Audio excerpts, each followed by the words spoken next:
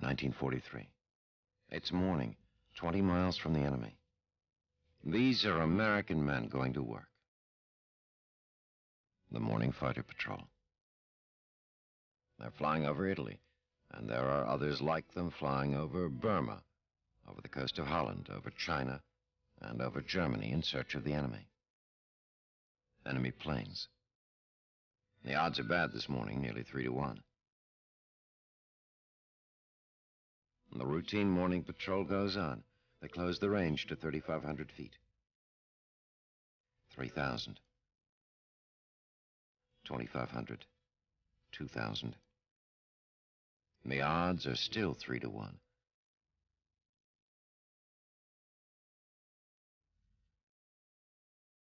But it's 3 Nazis spinning in flames to every one of ours.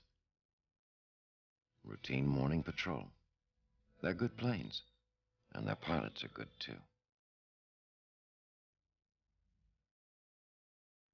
Yesterday, I fulfilled one of my ambitions as a combat pilot. I got 1 airplane. An American, far from home, fighting for his country and for the respect of his fellow Americans. This man, and men like him, have battled not just against enemies in the sky, but against ignorance and bigotry as well. It wasn't so long ago that these men were students in a university, workmen in a shipyard, just plain citizens from all over the United States. They changed jobs, they changed clothes. They took a train into the future. They didn't know what the future might hold, but many hoped they would be given the chance to fly and to fight. Their journey began in Alabama at a famous school called the Tuskegee Institute. Founded on July 4th, 1881, it has graduated many thousands into agriculture, into science, into industry. Tuskegee was the first school of its kind, and its founder, Booker T. Washington, was a pioneer who blazed a trail for others to follow. This man had a dream, and the dream became a reality. He lifted the veil of ignorance from his people and pointed the way to progress through education and industry. It was near this school that the United States government decided to build an airfield. At one time, this was just another farm in Alabama. More than trees had to be cleared away. There was also misunderstanding, distrust, and prejudice. It started as an idea, but ideas are powerful things, and before long there were fighter planes flying overhead. In place of swamp and yellow pine, there were hangars, repair shops, and barracks.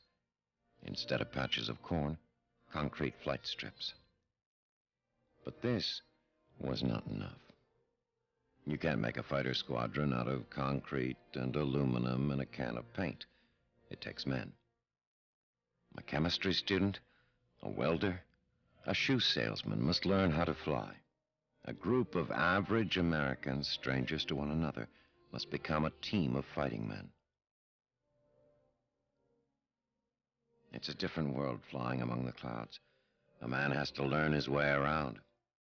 It takes many weeks of work to make a fighter pilot, and a lot of that work is done on a hard wooden chair. A fighter pilot is a combination of mathematician and athlete, a scientist and a sharpshooter. He has to know what goes on inside his plane. He must understand how and why it works, so that man and machine may become one. He begins in a safe, slow plane, 2 wings instead of 1. He also flies many hours inside a closed room. In the morning, he may be flying a prescribed course over a sheet of paper, and in the afternoon, fly the same course above the clouds. He trains his muscles as well as his mind. He will use the same sense of balance and coordination in the skies above Tuskegee. This job of flying is never easy, and sometimes it's very tough. But he's learning how far, how high, and how fast he must go to meet and defeat the enemy.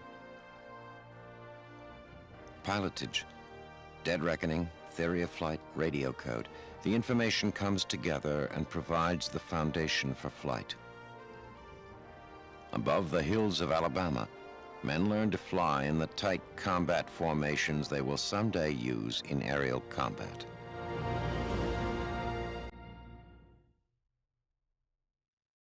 So here was the answer to Adolf Hitler and Emperor Hirohito.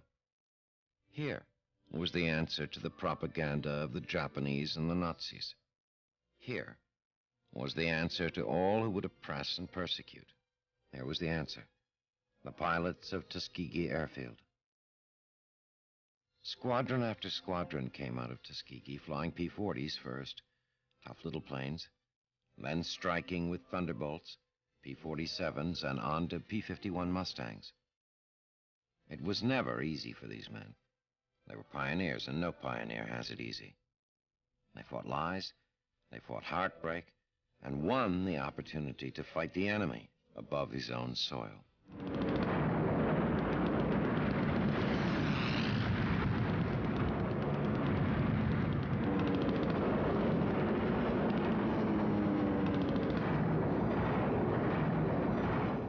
They fought the enemy, but not without loss.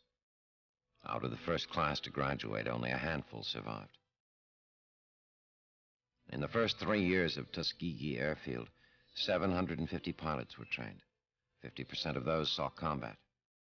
On its 3rd anniversary, Major General Butler spoke of the first graduates. Here, for the first time, Negro aviation cadets were being groomed to fly warplanes of a unit which was then a unit in thought only, the 99th Pursuit Squadron. These men were pioneers of a venture so new that you who stand here before me now, after 3 years, may still be considered forerunners in the movement which has given you a place in the fighting men of the sky. Under the guidance of these men, new opportunities were sought and won for themselves and those who would follow. Standing behind these men were their families, their friends, who expected so much of them. And backing them up were men and women of every creed and speech and color who believed in equality and justice. But it was the men of Tuskegee who faced the test and paid the price.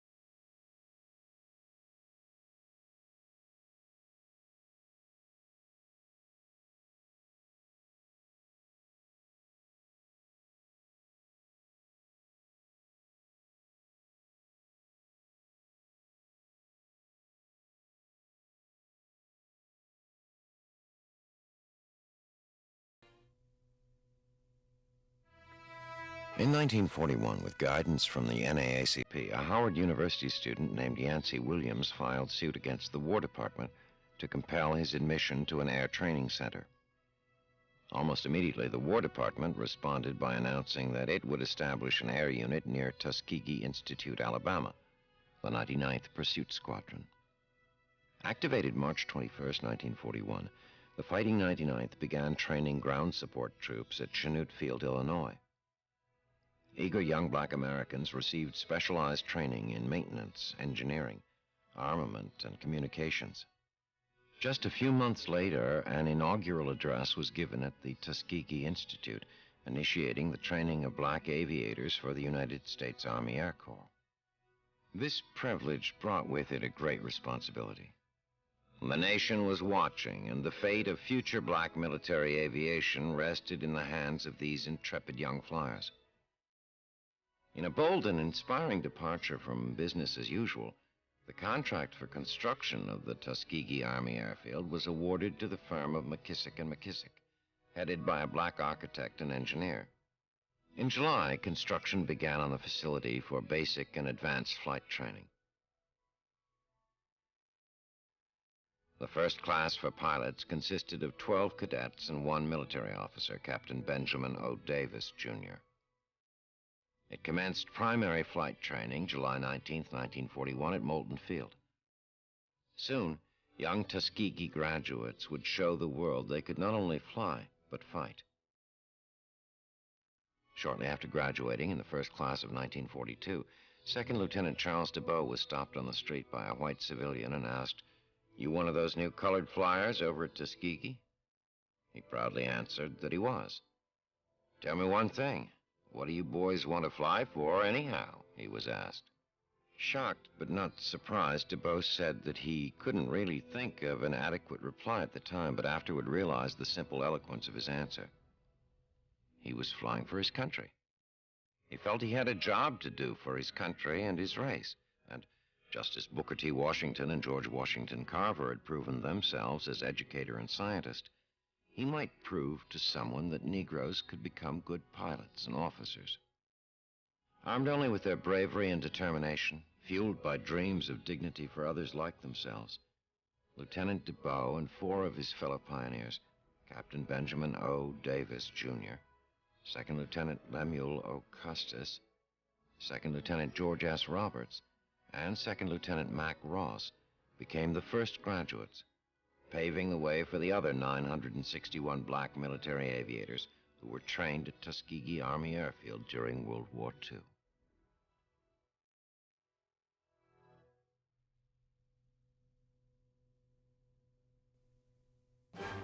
Under the command of Colonel Benjamin O. Davis, Jr., 450 Tuskegee graduates flew as fighter pilots during World War II, serving with dignity and honor in the aerial wars over North Africa, Sicily, and Europe.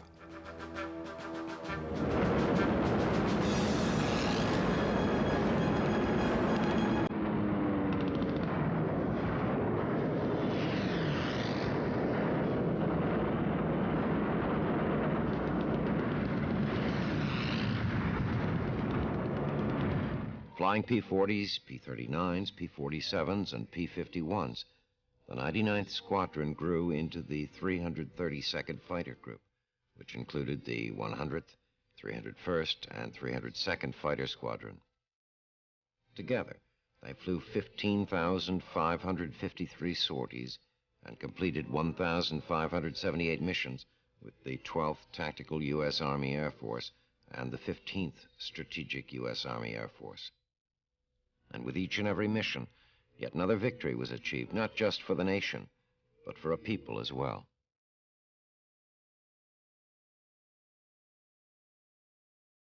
Years later, Colonel Davis would remark, "The interesting common fact that surrounded all of their backgrounds was that all of them had wanted to fly.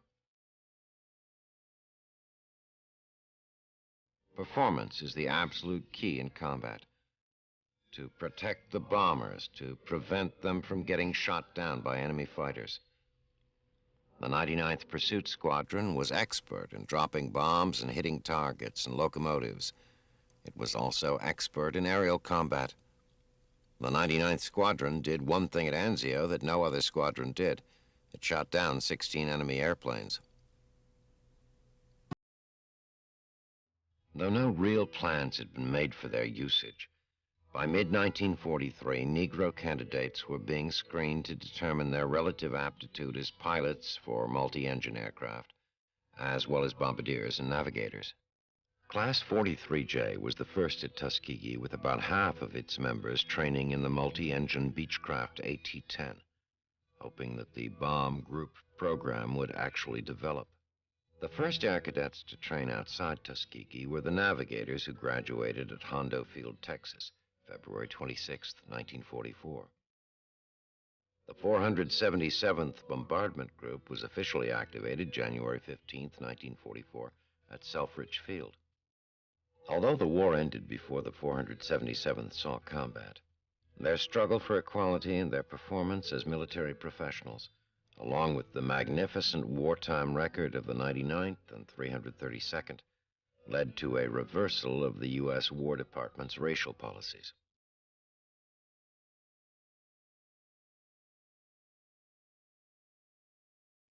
In 1946, Tuskegee Army Airfield closed.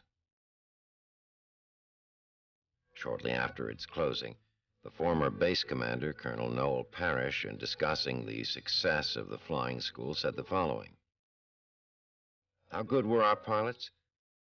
How good is any pilot? Our men were good enough to graduate from any flying school in the country. We made sure of that. And working together, we proved it. We emphasized that a pilot or a man, whatever color, size, or shape, is just as good as he proves himself to be. Men and pilots have to be considered as individuals. We've had some of the worst pilots in the world right here, and we have had some of the best. In the first place, they flew and fought as men. They may have had pretty good alibis for being failures if they wanted to use these alibis, or they may have been proud of their group as the only one like it in the world, as they had a right to be. But when the test came, they had to fly and fight just as men, Americans against a common enemy. Today, there are hundreds of thousands of black Americans serving in the United States Armed Forces. They are an integral part of the nation's defense. Their integration into the system, the opportunities it has provided, and the achievements it has allowed were all made possible through the efforts of that first group of men who were willing to stand up and fight against tyranny and oppression, both on the home front and on foreign shores.